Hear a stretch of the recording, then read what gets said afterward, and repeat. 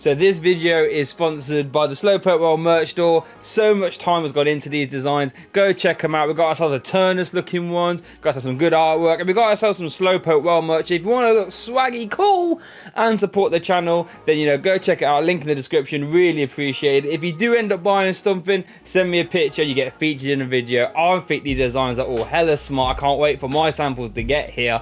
So yeah, go check them out. I think you'll love them. I love them, and I think you will.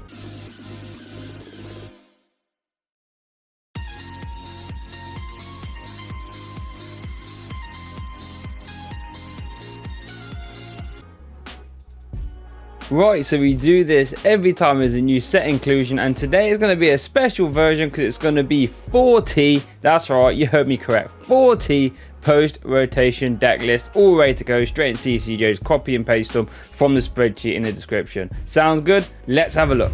Right, so starting off with an aggressive Senti Scorch list. This one's like the most aggressive version I've ever built, really. Got the Heatran, you've got the Center Scorch, obviously, you've got the 3 Volcanion Flare starters with a Mind Report Mewtwo, and all this good consistency stuff just to make Center Scorch, take one big KO, 3 prize hopefully, and then Heatran can clean up with Hot Burn GX. Pretty straightforward list. If you're looking for the most aggressive way to play Center Scorch, I think this is your way, outside of something like Turbo Patch or something. Right, so next up we've got ourselves Turbo Bolton. Now this is a deck that I actually was thinking a lot about. We never actually got around to profiling before, but I actually saw on a website, just in Basil, I believe, full shout out to him.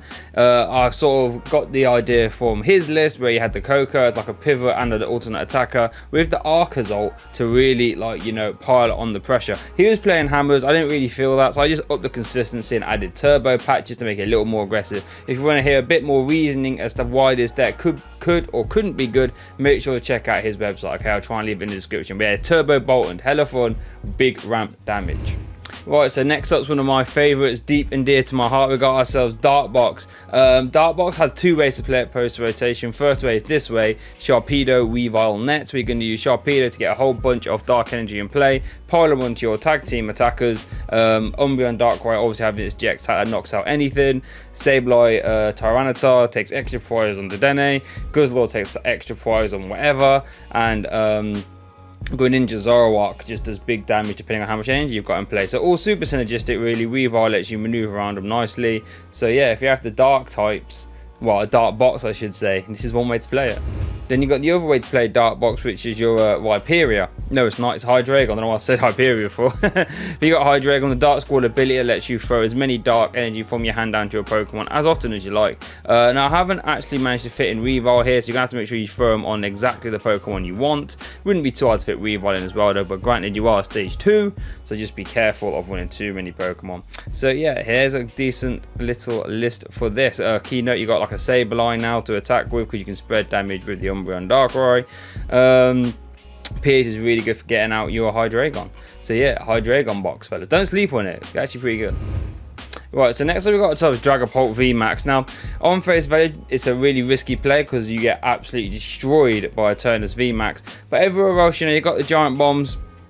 Well, not in this list, but you've got everywhere else. You've got like good spread still. Max Phantom's almost 2-shotting stuff, and with your Zigzagoon Nets, you can start 2-shotting stuff. Stuff like Fion that acts as a soft gust, so you can finish off with Max Phantom. We've seen how powerful Dragapult VMAX is in this meta, and I see no reason moving forward why I can't at least pick up good 50-50s across the board outside of the Turnus. But I just think the damage output's a little bit low now, and then the HP is also on the low side. But yeah, this is the Rose build where you can just use Rose to throw your energy straight on so you can start going with Max Phantom straight away if you're not really feeling, attached 1 per turn, because hammers will be everywhere in this post-rotation format, so it would scare me relying on just attaching 1 at a time. But yeah, there's a Rose build. Got another one coming up.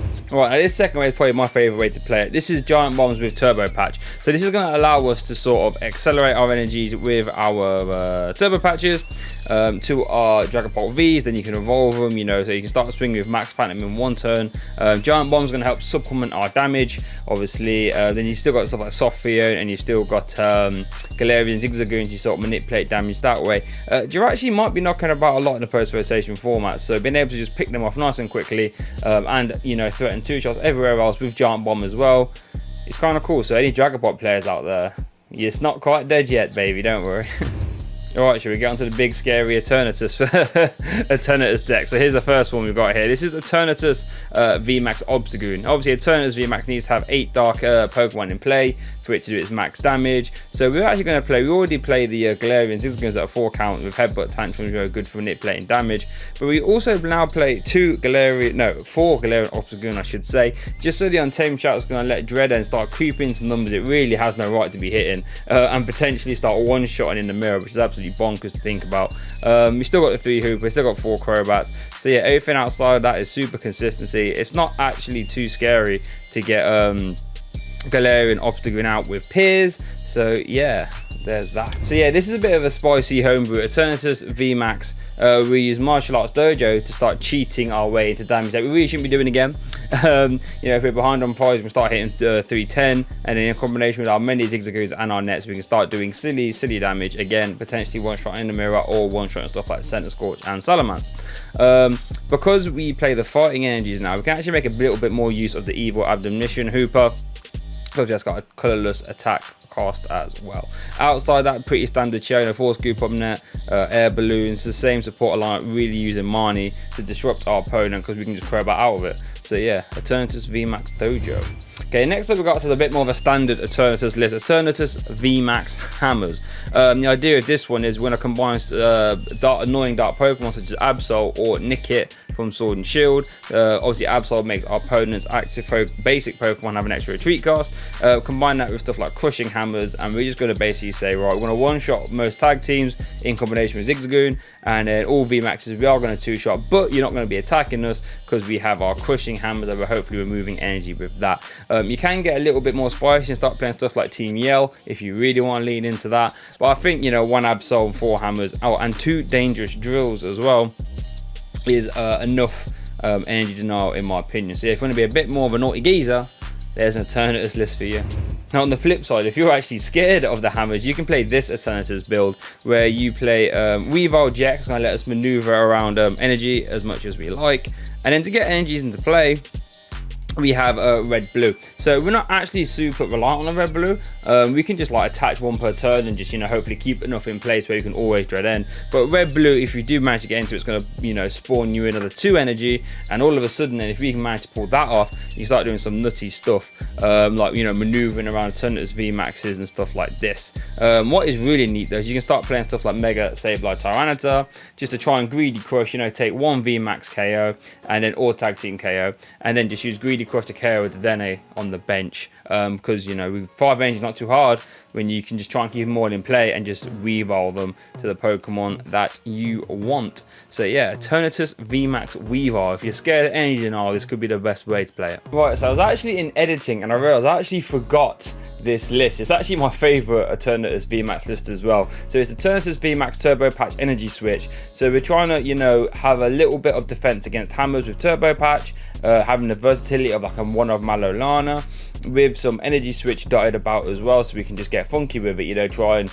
tank hits and get into the next Eternatus VMAX nice and easily. So I think this is the most versatile way to play Eternatus. You're not quite good at doing like one thing particularly well, but what you are good at is being versatile and be able to react to things on the fly. Pretty cool. Okay, onto an Eternatus counter deck now. So enough Eternatus decks. We've got ourselves Forlinks.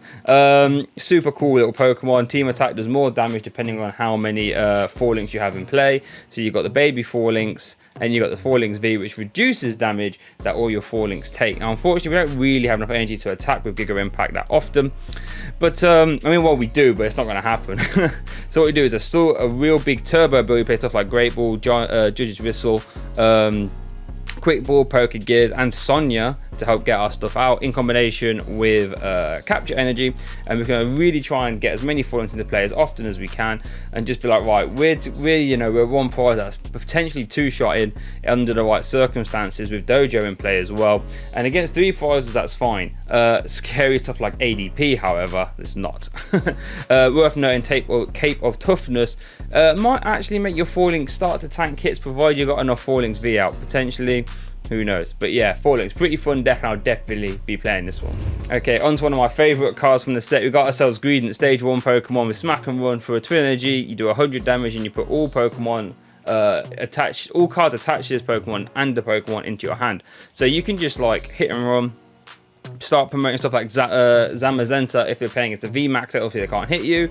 You can throw out Lily's Pokédoll, so they start wasting turns, not taking prizes. And then you've also got the Galarian Coalossal, where if they knock it out, they flip a coin. If tails, they actually knock themselves out as well. So all manner of bonkers stuff going on. We've also got Golisopod as a backup attacker, the Hard Time Slash, which does 30 plus 50 for each V and GX and VMAX as well Pokemon your opponent has in place. Against the Turners, if they just go nutty for whatever reason, you can just Golisopod them. So yeah, that's pretty cool. Outside of that, because we preserve the energy rate, we don't need to play a full 4 triple accelerations. They always go back to hand, but we still play a little bit extra, you know, in case stuff like Marnie, for example. Speaking of Marnie, that's actually one of the biggest scary problems for this deck, because they can just Marnie us away from our stuff. But you know, if we hit Oak setup quite early, we can, you know, thin our deck quite nicely and hope the Marnie isn't as terrible. So yeah, Greedent, one of my boys. All right, next up we got another single prize deck. We got ourselves Super Spiritomb. So we got ourselves Super, which is like a new Zapdos. Salt Gate does 1 for 90 if this Pokemon started a turn on your bench and became in the active spot. So it's not bad, pretty efficient when you combine stuff like the other Hooper, when you combine Zigzagoon Net. And then when you combine Spiritomb as like a sort of, you know, mid to late game attacker, you've actually got a nice little one prize deck here. You play stuff like Jinx Office to move your damage counters around, but now you get Spike Cover, which is going to let you really aggressively get damage counters onto your Spiritomb. And funnily enough, in combination with Cape of Toughness again, you can start Spiritomb and start doing silly damage all the way up to 300. For one. Now you do lose stuff like Hustle Belt and Rainbow, so it's a little bit harder to get there, but with multiple switching cards that we have, hopefully shouldn't be too much of an issue. So if you have the little single prize deck, this could be one for you. Alright, so next up we got ourselves Houndoom V. Houndoom V is a pretty cool Pokemon. For free energy you do 200 if any of your benched fire types have any damage counters on them. So in combination again with Spike Muff, which also will damage your opponent hopefully, you can start putting damage onto our Volcarona, which can also help accelerate our damage with our Flaming Shot ability. We play Giant Bomb just to help us out again, and because we're a 2 prize deck, we can potentially win on prize trade. We've also got the Heatran GX for our Heartburn, and obviously you got Welder and all that stuff as well. So it actually could be a fun little rogue pick that I'm actually going to be intrigued to play. Okay, on to the next one. We got ourselves no, we haven't got ourselves Hydreigon. I don't know why I've said that twice. We got ourselves Inteleon VMAX. Now, Joe from Omnipoke was really hyping up Inteleon VMAX. He said it could be the new, better Dragapult in the sense that it hasn't got the super bad weakness anymore of Electric, because Pikarom takes a big hit. And 160 with a 60 snipe is super good maths. Hydro Snipe's also really good energy disruption as well. So in combination with Frosmoth and Capacious Bucket, we can actually get that Grand Bullet attack going quite easily and quite fast. We also got the one Keldeo GX, acts as a little bit of a soft wall, but the Resolute Blade lets you destroy Eternatus if they start going mad with their bench, which they should because you're a VMAX deck. So yeah, you got that little ace in the sleeve there. But yeah, got some Giant Bombs just to help us out with our supplemental damage, and after that, just a pretty consistent engine. So yeah, Inteleon VMAX. Alright, so onto another homebrew crazy one. We got ourselves Kartana with the False Swipe attack for 1 grass twin energy. You can flip a coin if your opponent's active Pokemon gets put down to it. It's got 1 damage counter left. And you've also got Big Cut, which is a bit like Sledgehammer. So, in combination with Rillaboom, we can actually fulfill that attack cost in 1 turn, and the idea is if we're playing against multiple prize decks, we can just win on prize trade alone.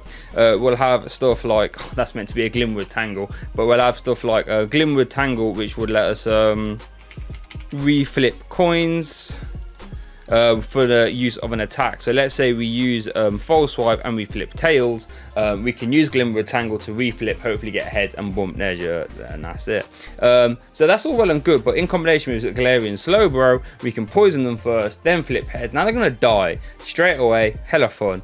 If we do miss the Slowbro, though, so obviously it has to be in the active spot, we can use Galarian Zigzagoon, and we're already playing Net, so we can hopefully get multiple uses of that. What I like about this deck is, because we're giving up 1 prize, we have time to get these 2 VMAX carriers, alright? So, could actually be good. A couple different ways to play this, Welder and then Turbo Patch Twin Energy, but for now, it's the only one I've played and tested.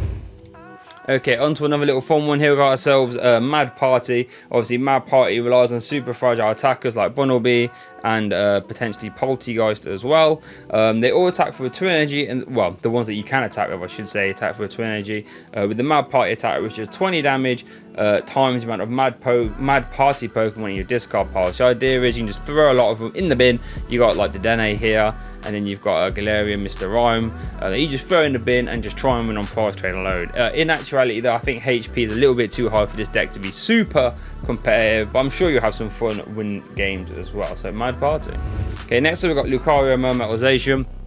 Zacian as a card isn't going anywhere post rotation. It's still super good, and Lucario Mermetal will always have a place in format, just being super disruptive, super scary, and being super tanky as well. Obviously full Metal Wall means your Pokemon will be taking minus 30 from attacks, with stuff like Goggles where it's minus 60, and all of a sudden Zacian is a big hench Pokemon that is just really hard to kill whilst it's doing 230 to you. So yeah, we only play stuff like Hammers, all that good stuff as well. What is really scary though is that we've lost Metal Frying Pan, and Fire seems to be going nowhere post rotation as well, so that would kind of worry me about playing a deck like this. But against everything else, you are going to be super tanky. Sometimes that's all you need to win some cheeky games.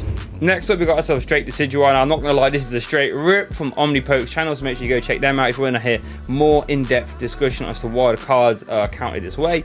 Decidueye with the ability to prevent all damage from V and GX Pokemon, which is pretty crazy because that's a lot of the format, right? The attack is passable, 2 for 90, and you do 20 to 2 of your opponent's bench Pokemon. It's not bad, could be better. 140 HP. So all we're going to do is try and get that Decidueye out as much as possible, and make sure we attrition them to where we overcome their counters that they might be playing and win the game that way. So with saying that, we've got stuff like Scoop Up Net, so we can reuse our Jirachis and take damage off the board as well. We've got the Weak Guard Energy for Volcanions that happens to be in Center Scorch decks.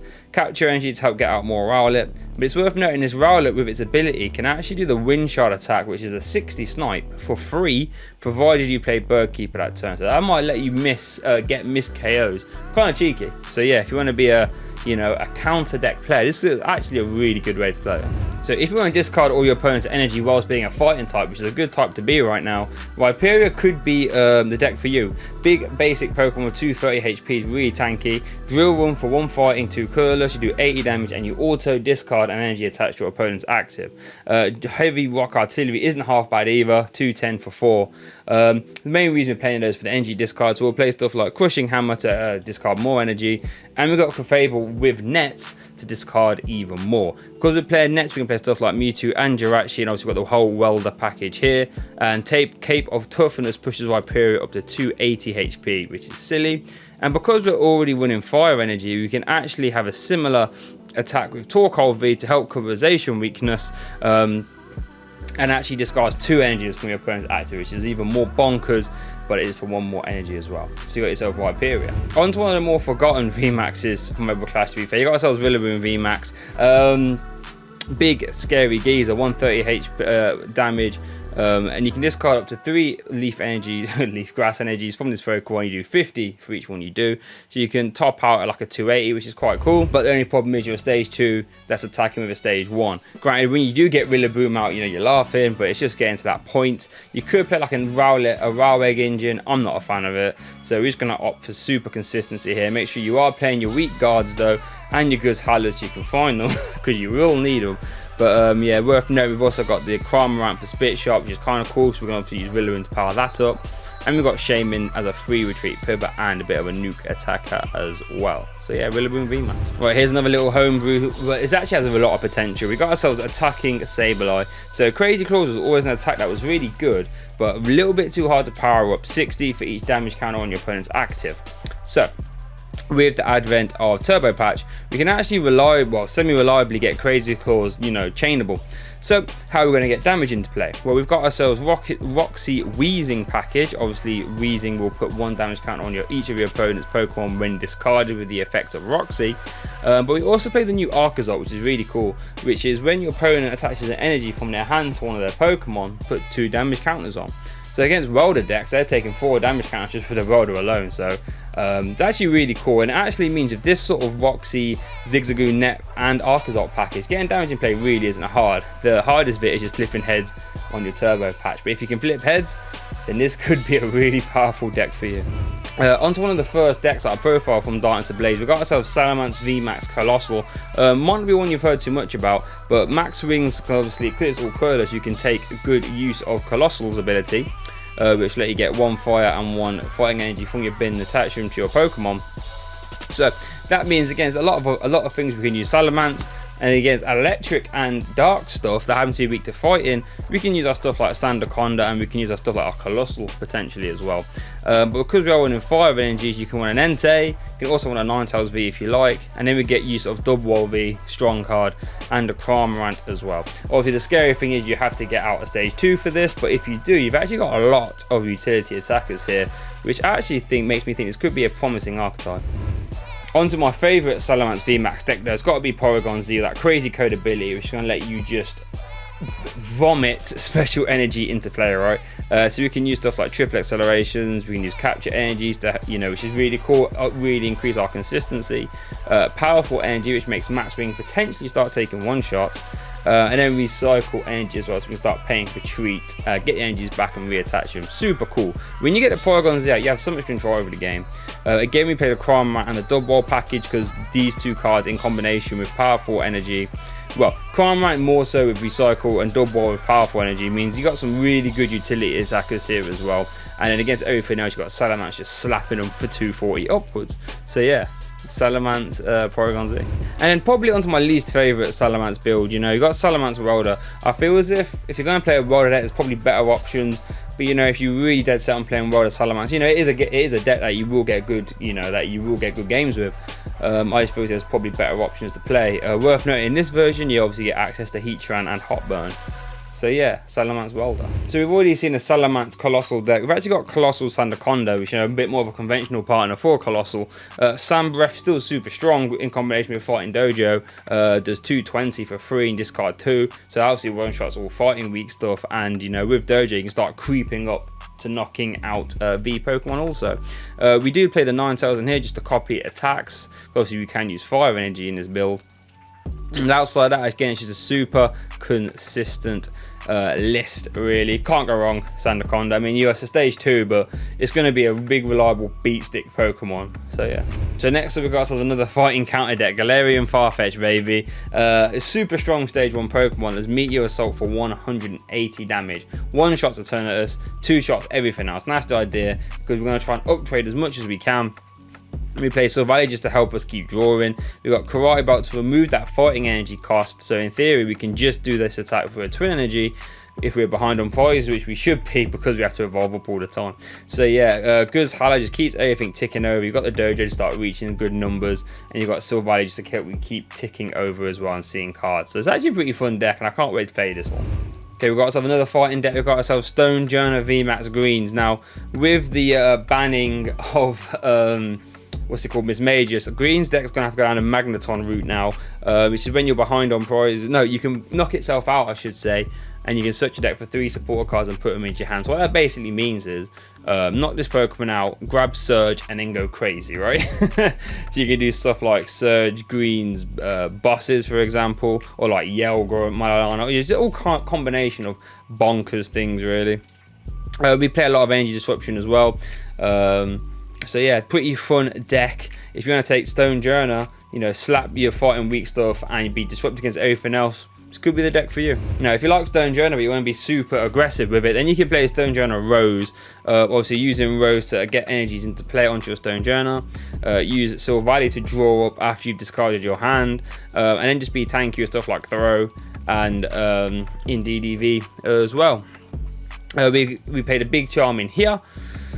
So yeah, this is a bit more aggressive Stonjourner. So if you like Stonjourner but you don't want to be, knocking yourself out with Magneton and doing combo plays, you can just play this and you'll say, well, I'm going to slap you with 200 turn 2 as much and as often as I can. Can you deal with that? And I think it's a pretty fair game plan to go onto a crazy deck that I had so much fun playing. Toxictrity Mill. For twin energy, you can flip a coin. If heads, discard the top cards of your deck. If tails, discard the top cards of your opponents. Might go the wrong way around. Basically, just flip a coin, alright? So in combination with this and a Alola Muck that discards items when you evolve them, you can actually start hitting the opponent's deck quite hard. This was a deck that suffered with the loss of B&B. But outside that, you still discard a ton of cards from their deck. You know, you got Glimwood Tangle to reflip that coin, obviously. Guz Hala to search out Twin Energy, Glimwood Tangle, and we actually use Lucky Egg so we can keep ticking ourselves over. We've got a lot of ways for cards to leave our hand, but not many ways to refill them. So Lucky Egg works quite well for that, and Guz Hala searches all that stuff out. We've got Will also to guarantee a coin flip for our Risk Taker. Could be nice. And we played a 4 twin, 4 triple acceleration energies there. So this is, again, it's going to be a super fun meme stream deck for sure. And I got ourselves Toxictrity VMAX. I feel as if the format might be moving away from Toxictrity VMAX with the loss of Electro Power and Thunder Mountain. But at the end of the day, he's still a VMAX Pokemon that hits in that 240 to 60 range for 3 energy, which is 1 less than Salamence, for example. So we play a Rose Silvally engine here. We still play stuff like Garbodor to poison our opponents, and then we play stuff like Rose Tower and Silvally to draw up. So yeah, there's this. You know, if you're dead set on playing Toxicity, I don't think it's as bad as everyone's making out. But what does concern me is that you get caught in the Eternatus crossfire. Okay, on to one of my low-key best decks in format, to be honest, a Turbo Zacian build. Zacian hasn't gone anywhere, neither has ADP, in all honesty. But with this version, it's sort of like Combo Zacian, but we've obviously lost the combo. So we play stuff like Copperajah with our Jirachi. So our Jirachi can retreat for free, provided it's got a Metal Energy and a U-turn board. We play a really high Bird Keeper count so we can maneuver around our Brave Blaze, which also opens up the Rowlet from Decidueye. And we play Turbo Patch, and we obviously play the Metal Saucer. So we're basically saying we can power up our attackers, you know, in one turn a lot of the time. Can you deal with that? We also play the more Wild Jets as well to really catch Eternatus and Decidueye builds as well. So yeah, there's that. Obviously, Cape of Toughness pushes these geezers into massive HP ranges, which is pretty nuts to think about. So yeah, just saying, I'm going to do Brave Blade turn 2. Keep up with it, basically. Okay, on to Vikavolt variants now. Vikavolt I have a few decks for. This is like a straightforward Hammer's Disruption build. You play stuff like Absol to increase retreat cost, and you play 3 Boss's Orders in combination with Galar Mine. And the idea is you're going to bring up a Pokemon your opponent doesn't want to have in the active, potentially knock energy off them with your hammers, keep them there, and just win the game through an attrition that way. Because you got Galar Mine and Absol as well to potentially give them a +3 retreat cost, which basically says you ain't getting out of this. You still got your Marnie and Team Yell Grunt as well to be super disruptive. Scary deck on paper. Now, if you want to make your Vikavolt be a bit more of an offensive threat, you've got 2 ways you can do that. This is the Confusion build, where you play stuff like Team Yell Horn and loads of switchy cards, so you can confuse your opponent's active, and in combination with Parasect, you can start putting extra damage on, which stacks as well. So yeah, if they want to attack, you have to flip a coin, obviously, and it's just a good way of just getting a little bit more damage into play and making your opponent not just sit around and absorb the 50s that Vikavolt does, because that's quite easy to absorb. So with this build, you're putting them on a bit more of a clock. And then you've also got the Poison build as well, similar to the Confusion, but we're going to be using Poison to get the extra damage into play. So we got Garbodors in order to do this, in combination with Toxictrity, which is going to start stacking up the Poison damage. The problem with this version is that your opponent doesn't have to flip coins to attack you, but you know, we've also got Koga's Trap, I should say, as well. But yeah, there's this version which is, you know, Poison. I guess you get a little bit more damage, but with the trade-off that your opponent can just hit you if they like, and it's really hard to keep the hammers in this list as well. You could just swap out your Turbo Patch for hammers if you want to go down that route, for sure. So next we've got ourselves a Welder Box deck. Welder Box is super interesting. We're basically going to be relying on Heatran to just blow up our opponent's Pokemon, in combination with stuff like Giant Bomb, just to help supplement our damage. We still got stuff like Reshizard, and we still got stuff like Dubwall as well, just to help supplement our damage. No free prizes outside of Charizard. So yeah, there's that list. Have fun with your Welder Box. On to another Welder-esque deck. This one is Charizard VMAX Zigzagoon Nets. Gmax Wildfire is actually a really good attack when you can get it going. 5 for 300 is a really decent number. Not quite a one-shot on your 320 and your 340 VMAXs though. So that's where you got stuff like Zigzagoon in combination with Scoop Up Net to just really help you hit those big numbers. And when you can start taking one-shots with this deck, it's actually really scary. You've always got Hot Burn to fall back on, and you've got Flare Starter to help get energies into play, with a Vitality Band to help increase damage as well. So yeah, that's one Charizard VMAX deck. And then here's the other one. So you've got Charizard VMAX with Volkner. Volkner with the Flaming Shot ability is going to let you start putting damage counters on your opponent's Pokemon, which is always fun. You still got your Volcanions, which double up as a Decidueye out as well. So yeah, and this is it. You could play Piers in here to start fetching your 3 CE, not against that, but that's something that Adamsfield Jim really champions on Twitter. Shout out to you if you're watching. But yeah, this is a pretty down the middle bog standard Volcarona list, so just think about stuff like Piers if you want to go down that route, and maybe like a third Larvesta, stuff like that. Right, so next we've got ourselves ADP. This is a very down the middle, non too crazy list. A real big emphasis on the post rotation format for ADP to really play a high turbo patch count, metal saucer and energy switch count, so you can try and get the ultra creation off really early, and then just try and hit 2 Crobat or 2 Denes a game. We still play a Zamazenta just to help with your VMAX matchups. 3 Zacians, more whilst really good for, you know, catching stuff on your opponent's hand, whilst being really good against Eternatus and a 2 energy attacker, all the consistency stuff. So yeah, there is an ADP list. Alright, here's my favourite way to play ADPZ though. We're going to go with catchers. So we play the catchers just so we can really lean into hitting those Denes and Crobats like I mentioned earlier. We've still got the Morwell, we've still got the Zamazenta, so this is the basic Pokemon show is exactly the same, except we've just fit in from some catchers, and you know, a little bit, we lost a little bit of consistency, but we've gained a super aggressive way to play the deck. We basically say, right, we Ultra Creation turn 1 or turn 2, and then we literally just only want to hit the Dene and Crobat for the rest of the game, and being able to have the 2 bosses in combination with Eldegoss and 3 catchers are going to really help us do that. And then here's a super unique raid that I got put onto by my comment section on how to play, so shout out to you guys for putting me on this. But this is an ADP clay list, and because we play so many items now as an ADP player, right, with Turbo Patch, Metal Saucer, clay actually can do some bonkers things that are letting us get energies in the discard pile, which satisfies our Metal Saucer and our Turbo Patch, while just letting us grow our hand full of our Turbo Patches, Metal Saucers and Pokemon catchers as well. So yeah, really unique way to play. Now we do discard a lot of stuff in this build, but again, we try and, you know, have the game done by like turn 4. So if you again want to try a super turbo list, this could be a really fun way to play. And our last deck for today is Lapras. Lapras really benefits, like Inteleon, with the lightning being removed from the format almost. G-Max Pump letting you reach over the top and KO anything. We get access to Keldeo GX Resolute Blade to really help Eternatus. And then just like our consistency sort of shell, you know, with a Capacious Bucket, energy retrievals and a high energy count, and Frosmoth is to slam them all into play. Could actually be pretty fun. Worth considering Articuno's in here as well. But yeah, that's it. 40 post-rotation deck list, guys. Let me know if you enjoyed it. You know, let me know what decks you're looking to play, all that good stuff. If you know, if you're using any of these decks though, please do us a favor, like and share the video. It really means a lot. It goes to a lot of work to do these sort of videos, and I just really hope they're useful. But thanks for watching, and I'll see you all next time.